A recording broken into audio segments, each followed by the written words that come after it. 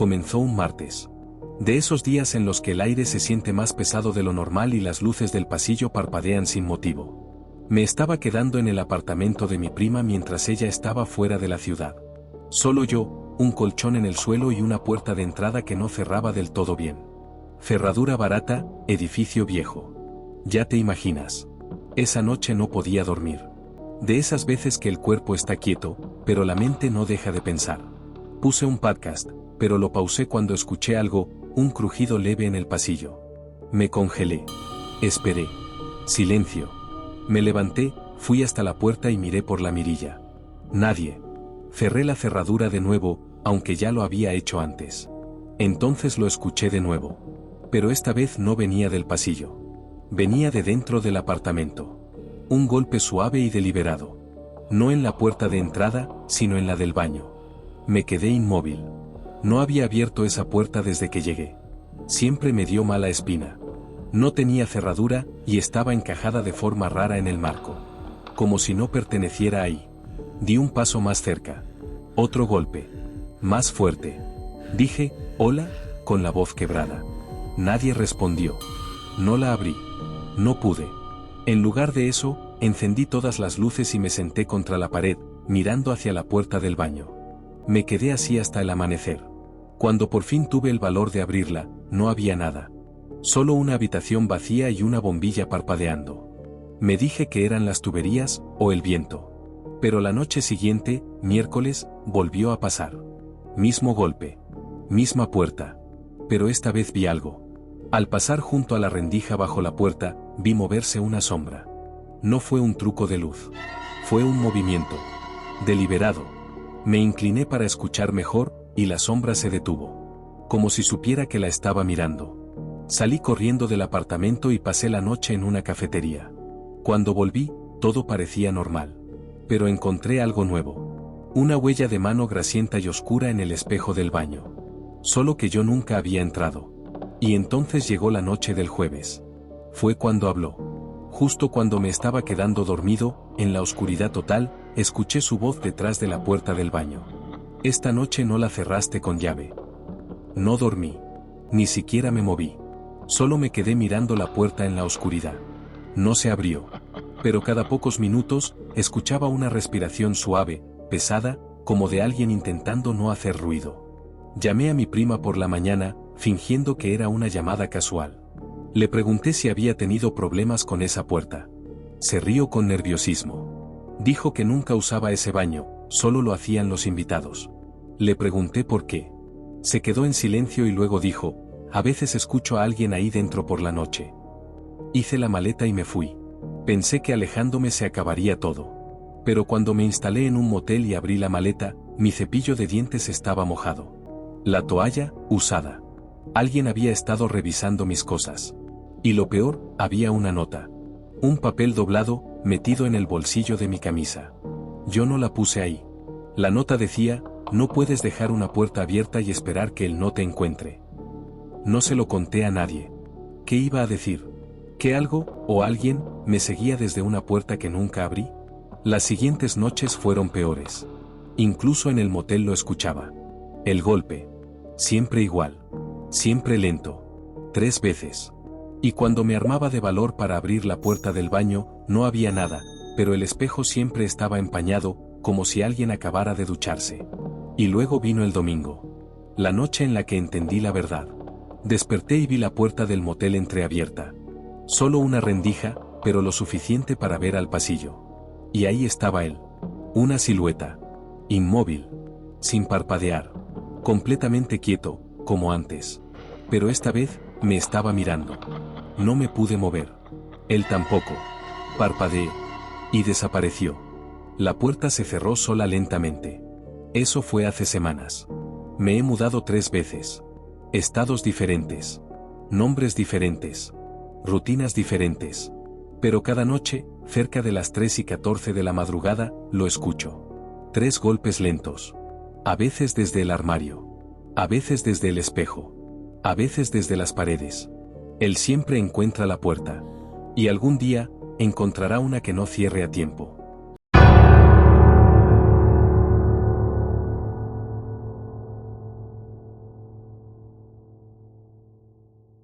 Cuando compré la casa, pensé que por fin escapaba del caos.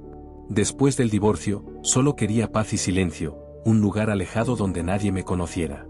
La propiedad era antigua, barata, necesitaba arreglos, perdida entre los bosques. Había estado vacía durante años. Nadie del pueblo la quería. Eso ya debería haber sido una señal. Las primeras noches no pasó nada.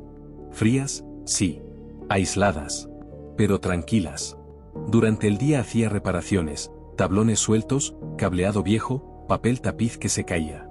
La casa crujía, claro, pero todas las casas viejas lo hacen. La primera señal real de que algo iba mal fue durante la tercera noche. Me desperté a las 2:46 de la madrugada por un leve rasguño. Venía de la esquina de mi habitación. Al principio pensé que eran ratones. Pero no era aleatorio. Sonaba intencional. Rítmico. Como uñas contra madera. Encendí la luz. Nada. Me acerqué y golpeé la pared. Hueca. Entonces, otro rasguño. Pero no del mismo lugar. Venía de detrás de mí. Me giré. Silencio. A la mañana siguiente, abrí el panel de esa esquina. Solo aislamiento y tuberías. Pero el aislamiento estaba alterado, rasgado, aplastado, como si alguien hubiera pasado a la fuerza. Volví a cerrarlo. Traté de olvidarlo. Pero luego empezaron a desaparecer cosas. No cosas grandes, cosas pequeñas. Una cuchara. Un destornillador. Un par de calcetines. Pensé que era mi memoria. Hasta que escuché respiración. No era mía. Venía de dentro de las paredes. Estaba en el pasillo una noche, las luces apagadas, cuando me detuve junto a la escalera. El sonido era inconfundible. Respiración suave. Temblorosa. Alguien intentaba no hacer ruido. Pegué mi oído a la pared. Y ahí estaba. Respirando. Y luego, un susurro. No sé qué dijo. Pero era demasiado claro. Demasiado cercano. Golpeé la pared. Nada. Pero el susurro se detuvo. Al día siguiente, abrí más paredes. Dormitorio, pasillo, incluso debajo de las escaleras. Encontré más aislamiento rasgado. Más marcas de uñas. Y algo más, envoltorios de comida. Docenas. Bolsas de papas fritas arrugadas. Dulces. Botellas vacías de agua. Alguien había estado viviendo dentro de mi casa. Llamé al sheriff. No me tomó en serio. Dijo que seguramente eran mapaches. Esa noche, me quedé despierto con un martillo en una mano y una linterna en la otra. Apagué todas las luces. Esperé. A las 3:12 de la madrugada, volvió a empezar. Los rasguños. Pero ahora, pasos. Algo arrastrándose. Algo pesado moviéndose detrás de las paredes.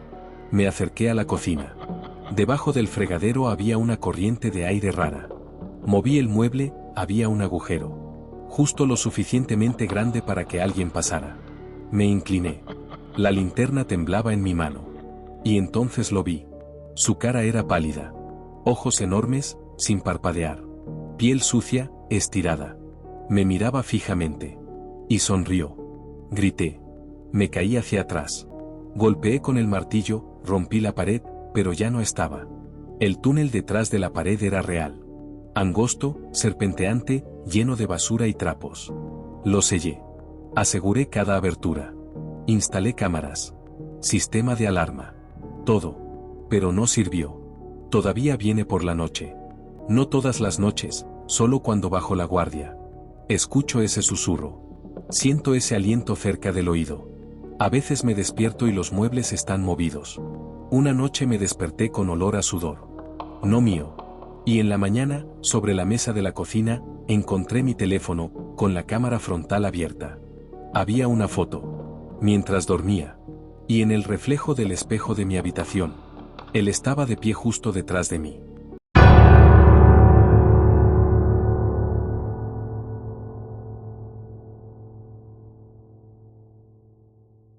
La llamábamos la cosa entre los árboles. La primera vez que alguien la vio fue en el verano de 2008, cuando 3 niños desaparecieron durante un campamento cerca de Asbaley. Al principio pensamos que fue un oso. Pero luego encontraron los cuerpos, o mejor dicho, lo que quedaba de ellos. Yo era guardabosques en esa época. Ayudé a sacar los restos de uno de los niños de lo alto de un árbol. No estaban desgarrados, estaban masticados. Huesos huecos. Nada de ropa. No había señales de arrastre. Ni huellas. Nada. Cerramos el parque por mantenimiento. Y mentimos. Dijimos que había sido un puma. Pusimos carteles. Organizamos patrullas. Hicimos reuniones. Pero todos sabíamos, eso no era un puma. Ni un oso. Ni una persona. Era otra cosa. Encontramos cosas extrañas en el bosque. Árboles pelados a 3 metros de altura. Pedazos de animales colgando de las ramas como decoraciones macabras. Túneles excavados en la tierra donde no cabía nada conocido. Y lo peor, voces. Todos los guardabosques las oyeron al menos una vez. Escuchar tu propia voz llamándote desde el bosque, cuando tú no habías dicho nada. A veces solo un murmullo. A veces tu nombre. A mí también me pasó. Una noche, patrullando solo, me detuve junto al arroyo. Todo estaba en silencio. Sin insectos. Sin viento. Y entonces, mi voz. Desde lo profundo del bosque. Chris, ¿por aquí? Casi caminé hacia ella. Hasta que vi los ojos. No eran ojos de animal.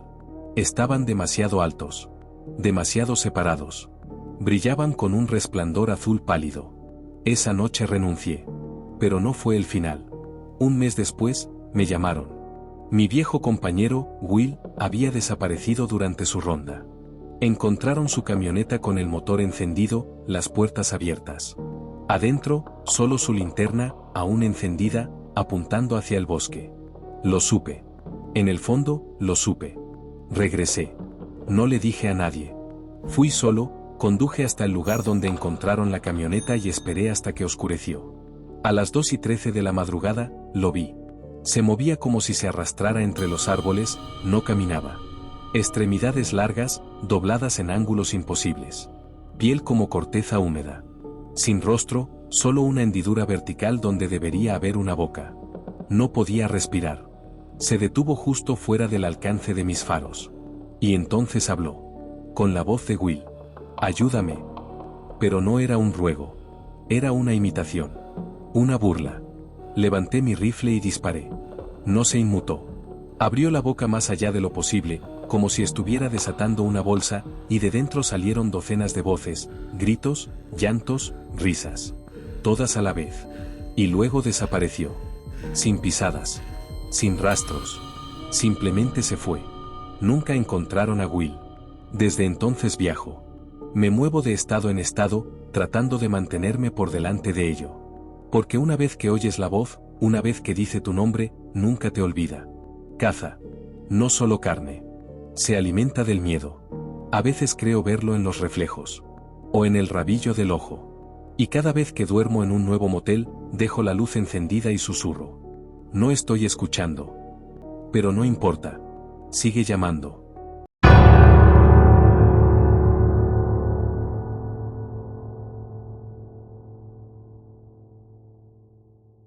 Solían vivir en un callejón sin salida cerca de Charleston. Un lugar tranquilo. Renta barata. Vecinos amigables, o eso pensé. Era ese tipo de vecindario donde la gente te saluda desde el porche y te ofrece pastel cuando te mudas. La casa a mi izquierda pertenecía a los Greeley. Un matrimonio de unos 50 y tantos años y su hijo adulto, Jed. Gente rara, pero educada. Demasiado educada. Recuerdo lo primero que me dijeron al mudarme: somos gente de carne. Si alguna vez necesitas un buen corte, solo toca. Pensé que era una broma. Tenían una carnicería en el pueblo, así que tenía sentido, más o menos. Pero algo en ellos nunca me cuadró. Las ventanas siempre cubiertas. 3 congeladores industriales en su patio trasero, todos cerrados con gruesas cadenas. Y ese olor, como metal y podredumbre, siempre flotando en el aire cerca de su casa. Intenté ignorarlo. Hasta que apareció la furgoneta. Una furgoneta blanca oxidada. Estacionada frente a su casa cada pocas semanas, siempre después de la medianoche. Sin placas. Sin luces. Veía siluetas descargando algo pesado, arrastrándolo dentro de la casa. Comencé a llevar un diario. Anotaba las fechas. Grababa los sonidos. Los golpes. Los gritos. Y entonces, los Greeley me invitaron a cenar.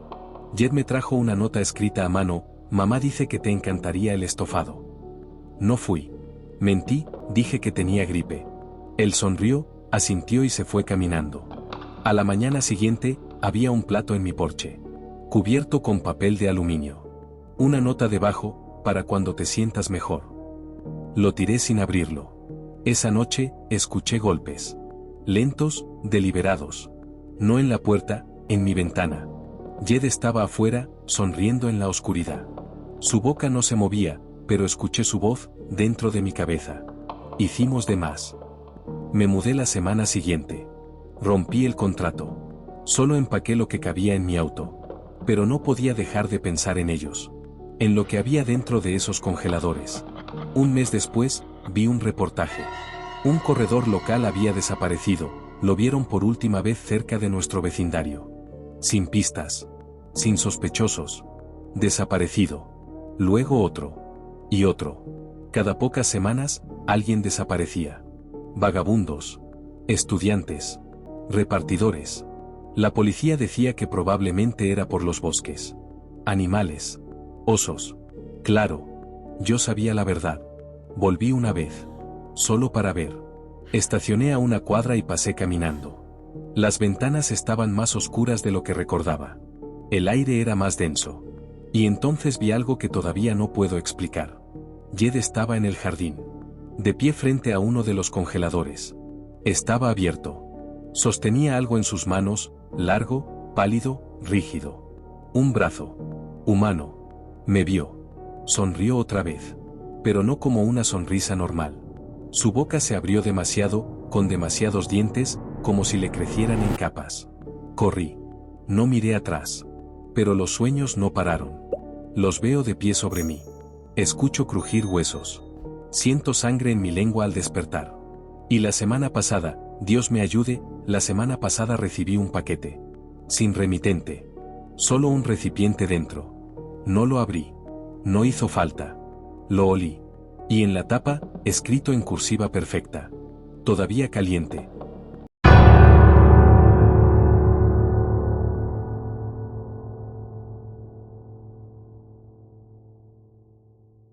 Conseguí el trabajo por accidente. Guardia nocturno en el Museo Histórico del Condado de Rosehill. Un lugar olvidado, al borde del cierre, lleno de polvo, telarañas y figuras de cera que daban más miedo que los propios criminales que representaban. La primera noche fue aburrida. Paseé con una linterna, tomé café recalentado y me dormí en la sala de seguridad. Las figuras, criminales famosos, presidentes, estrellas de cine de los años 40, permanecían inmóviles. Como debía ser. Pero algo cambió la segunda noche. La figura de Elvis miraba hacia la izquierda.